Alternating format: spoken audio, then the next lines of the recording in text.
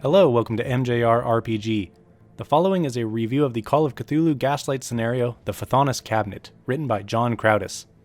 As usual, the first chunk of this review is largely spoiler-free, so players can listen in, while the second half is full of spoilers, so I will warn off any players before that begins. In short, The Phthonus Cabinet is an investigation-heavy scenario romping through the 1890s London dockyards with a novel mythos threat and beautiful layout. The Phthonus Cabinet is John Crowdis' second scenario, following up Al-Azif Unearthed, The Unraveling, which is an unrelated, separated story. While the scenario has a similar feel to its predecessor, with a stock of detailed NPCs prominently featuring an auction and featuring a beautiful, beautiful layout, the actual structure is very different. The Phthonus Cabinet is a classic investigation, with investigators going from location to location and person to person to track down the eponymous cabinet through the 1890s Limehouse district of London. The setting is moody, and the text gives good advice on how to describe the narrow, foggy streets to great effect. As with The Unraveling, Crowdis supplies a huge amount, almost overwhelmingly so, of scenario support. Besides the color scenario PDF, you get a printer-friendly version, 6 pre-generated investigator sheets, separate handouts, separated maps, and every piece of art in the book separated out and formatted for VTTs. In particular, the maps are formatted for Fantasy Grounds and Foundry, and Universal VTT. Opening the zip files can be a bit confusing for the first time, but Crowdis helpfully includes a README that describes what everything is used for. There's also a separate Roll20 version, which I'll talk about a bit later. The main scenario file is a whopping 71 pages, but the actual text with frequent inserted handouts, maps, and art pieces takes up a more reasonable 31 pages, with the remainder being stat blocks, full-page art pieces, credits, and the cover, pre-generated investigators, handouts, and a nice little one-page short story to kick things off. The quality of art throughout is fantastic, with colorful character portraits and scenes, a very nice cover and some interior pieces by Paul Carrick, and stylized stock photos to set the mood. The layout of the scenario is once again fantastic, with evocative header text and various flourishes, and frequent cutout boxes to break up the text. The document is overall very sleek, and just like The Unraveling, really among the best presented on the Miskatonic repository. A few issues are present throughout though, with the PDF bookmarks having a few issues, and a lack of clear summary of the scenario, and a handful of typos or grammar issues. Though few, the stellar presentation otherwise makes them stand out a bit more than they otherwise would. These are all small issues, with the bookmarks and typos being easily fixed in a future update. While a summary isn't necessary, I would be very happy to see a paragraph or two that would outline the general course the investigators are likely to take, something like the beginning of the following spoiler section. In my run, I tried to cram those 31 pages into a 4-hour session, which I found was not enough time to do the scenario full justice. While the main investigation portion progressed at a natural speed, though my natural pacing is still a bit quick, I think, as I prefer giving information and suggestions freely and often to players to keep them moving along, we ended up rushing the finale. Just an extra hour would have allowed for a more consistent pacing through to the end, though I suspect that keepers who prefer a more laid-back style would want to split the scenario into 2 4-hour sessions or so. There is also a Roll20 version of the scenario, which I use for my run despite generally avoiding that particular VTT in favor of Foundry, or just not using a VTT at all, particularly with Call of Cthulhu. My discomfort with Roll20 didn't much change, but the scenario resources are very well organized, allowing full and quick access to all the handouts, art, and scenes. An investigation desk scene was particularly nice, allowing the players to see and organize all the handouts they had received, as well as portraits of the major NPCs they had met. That little feature alone feels like something any VTT version of a mystery game should have, and it's something I wish I could replicate in my current Foundry Warhammer campaign, as I don't see a good way of making handouts visible objects that players can manipulate around the scene.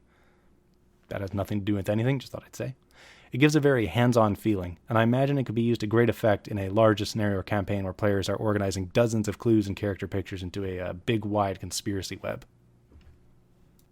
The scenario structure is an open investigation, with most of the locations and relevant characters given to the investigators right at the start, leaving the order of events up to the players. A cabinet has gone missing after an auction, with the buyer never receiving it and now suing the auction house. Cue the investigators called in to find the cabinet. There are plenty of handouts to find and pore over, locations to poke through, and people to talk to. Going into it much more will of course spoil things, so I'll just leave it saying the scenario is a nice node-based investigation, balancing the normal Call of Cthulhu clue trail with player-driven pacing. If that sounds good to you, you can find the Phthonus Cabinet on DriveThruRPG, either in PDF or Roll20 formats. The following section is full of spoilers, so if you're a player or just don't want to know what's going on in the scenario, I would suggest stopping here. The Phthonus cabinet is deceptively simple to run. The page length and lack of a concise summary at the beginning makes it seem a bit more difficult at first, but after a read through, the structure of the scenario comes together into a neat collection of nodes that inevitably lead to one place. It is not entirely necessary to go to each node, but the players will get a better picture of events and allow their investigators to be better prepared for the finale. On the other hand, a very focused group could go in a straight line to the finale, which I'll talk about a bit more later.